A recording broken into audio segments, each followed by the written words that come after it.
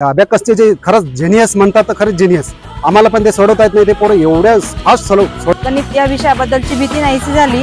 Online offline त्यांना समजावणं, त्याला विश्वासात घेणं, ते फक्त 5 दिवसात तो आता 100 पर्यंत सोडायला लागला. टीचरांनी तिचं खूप छान तयारी करून घेतली. तिला स्वतःवर कॉन्फिडन्स आला.